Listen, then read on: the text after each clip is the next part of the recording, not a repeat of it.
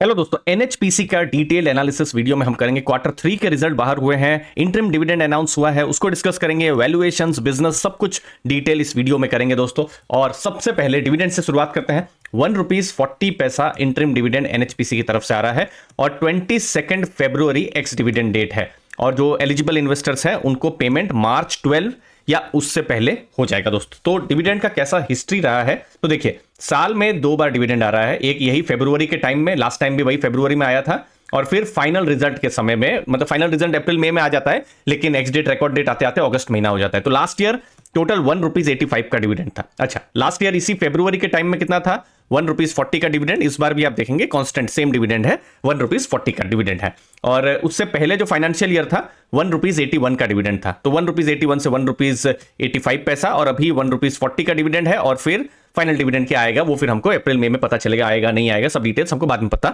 चलेगी। अब overall result के कैसे नंबर्स आए हैं, तो देखिए ये अप्रैल टू दिसंबर 2022 का रेवेन्यू है 7,598 करोड़।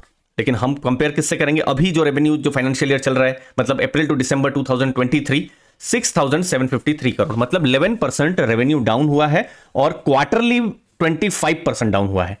प्रॉफिट्स की बात करेंगे, अगेन अप्रैल टू दिसंबर 2022 3,264 करोड़ का प्रॉफिट था।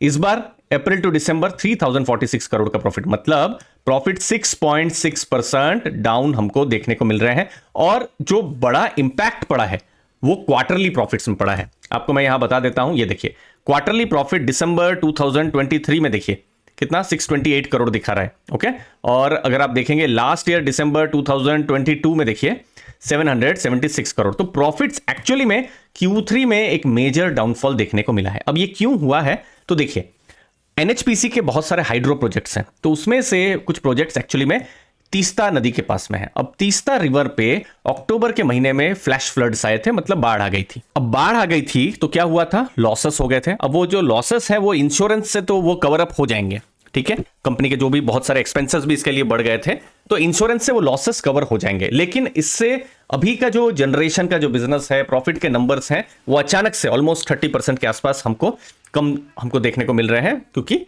तीस्ता नदी पे ये बाढ़ आई थी। तो ये एक रीजन था।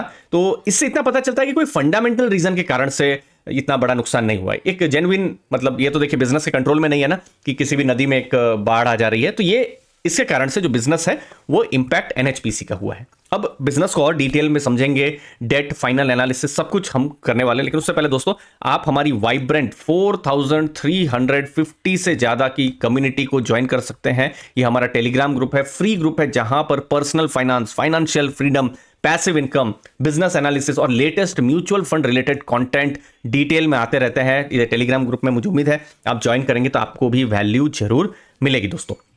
अब देखिए एनएचपीसी मेन यहां पर क्या बिजनेस है, 70.95% गवर्नमेंट ऑफ इंडिया उनको ओन करती है और हाइड्रो पावर में मेजर प्लेयर है देश में। और फ्यूचर में जो पंप स्टोरेज है, पंप स्टोरेज को डिटेल में समझाने के लिए मैं एक बहुत जल्दी वीडियो भी एक प्लान कर रहा हूं। पंप स्टोरेज की जो मेगा थीम है उस पर भी एनएचपीसी बहुत काम यहां पर कर रही है, बहुत सारे स्टेट्स के साथ। बट फिलहाल मेन बिजनेस हाइड्रो पावर का है और उनका ऑलमोस्ट जो पोर्टफोलियो है वो रिन्यूएबल का पोर्टफोलियो, और रिन्यूएबल पर आप जानते हैं कि गवर्नमेंट का किस तरीके से फोकस हमको देखने को मिल रहा है। ओवरऑल अभी क्वार्टर 3 के रिजल्ट के बाद में, मतलब दिसंबर 2023 में 7,097 मेगावाट, मतलब 7 गीगावाट का उनका पोर्टफोलियो है और अंडर कंस्ट्रक्शन 10.4 गीगावाट है। ओवरऑल आप देखेंगे 25.7 गीगावाट का उनका पोर्टफोलियो है, लेकिन ऑपरेशनल अभी 7 गीगावाट है। फिर बहुत सारा अंडर कंस्ट्रक्शन है, फिर कुछ सब्सिडियरी है, कुछ का सर्वे इन्वेस्टिगेशन, वो सब चल रहा है। लेकिन ओवरऑल अगले 4-5 साल में आपको इतना का पोर्टफोलियो देखने को मिल सकता है। यस, एक प्रोजेक्ट बहुत ही बड़ा है, दिबांग का प्रोजेक्ट है, वो 2030-31 में होगा, वो बहुत बड़ा प्रोजेक्ट है। बट ओवरऑल ये अभी प्रोजेक्ट का स्टेटस है और आने वाले टाइम में ये नंबर के आसपास हमको कुछ देखने को मिल सकता है। बट अगेन आने वाला टाइम मतलब 2-3 क्वार्टर नहीं, मतलब 2-4 महीने नहीं, एटलीस्ट 3-4 साल एक्चुअली में लगेगा, क्योंकि एक एक प्रोजेक्ट बनाना, वो भी हाइड्रो पावर, ये मतलब बहुत साल लग जाते हैं। फिर बहुत सारे डिलेज भी होते हैं अलग अलग रीजन के लिए, तो ये इतना इजी नहीं होता है ये सब प्रोजेक्ट्स को बनाना। और एक तो बहुत ही मेगा प्रोजेक्ट बन रहा है वो दिबांग का जो प्रोजेक्ट है दोस्तों। तो यहाँ आने वाले टाइम में कंपनी का क्या एस्टिमेट्स है, यहाँ पर ये मतलब परबाती का जो प्रोजेक्ट है 800 मेगावाट, ये ऐड होने की बात है 24-25 में, और मतलब ये नेक्स्ट फाइनेंशियल ईयर में, फिर नेक्स्ट फाइनेंशियल ईयर में एक और सुबनसिरी लोअर का यहाँ पर ऐड होने का बात है। तो अभी जो हम देख रहे हैं 5.4 मेगावाट का पास में जो इंस्टॉल्ड कैपेसिटी हम देख रहे हैं, तब ये खुद का जो 5.4 गीगावाट के आसपास है, तो ये आने वाले टाइम में 8 गीगावाट के ऊपर ही पहुंच सकता है। बट यहाँ एक चीज ध्यान देखना है कि ये जो प्रोजेक्ट्स हैं डिले होते रहते हैं। अगर आप देखेंगे पहले परबाती और जो सुबनसिरी प्रोजेक्ट है, ये थोड़ा सा पहले के मुकाबले थोड़ा सा डिले हुए हैं, तो आने वाले जो क्वार्टर्स हैं वही देखना है कि ये कमीशन हो जाए।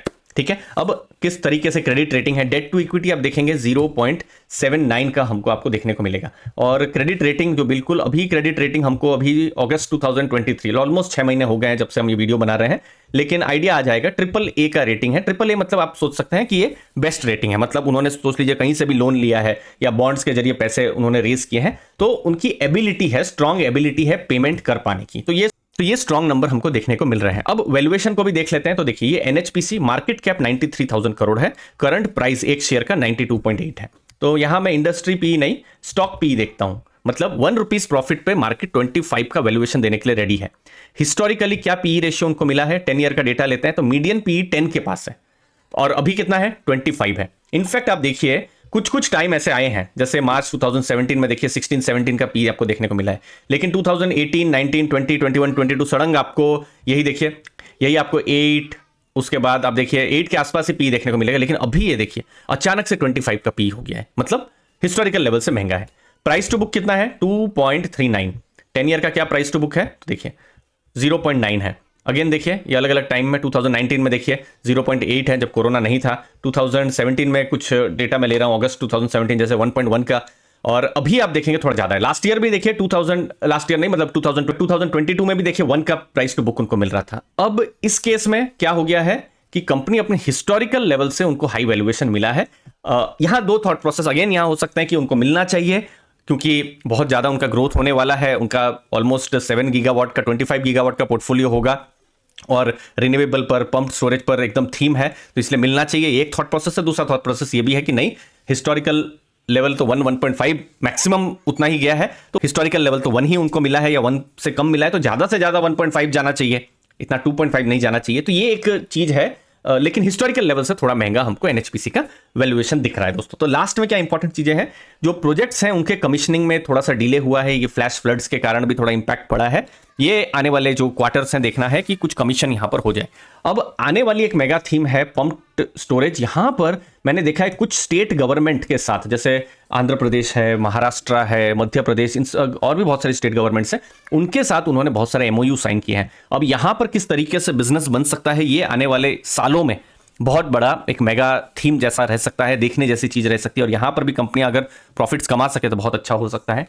लास्ट में वैल्यूएशन अपने हिस्टोरिकल लेवल से थोड़ा सा महंगा जब हम NHPC के केस है वहां पर हमको देखने को मिल रहा है, बट अगेन हाई ग्रोथ का भी एक्सपेक्टेशन है।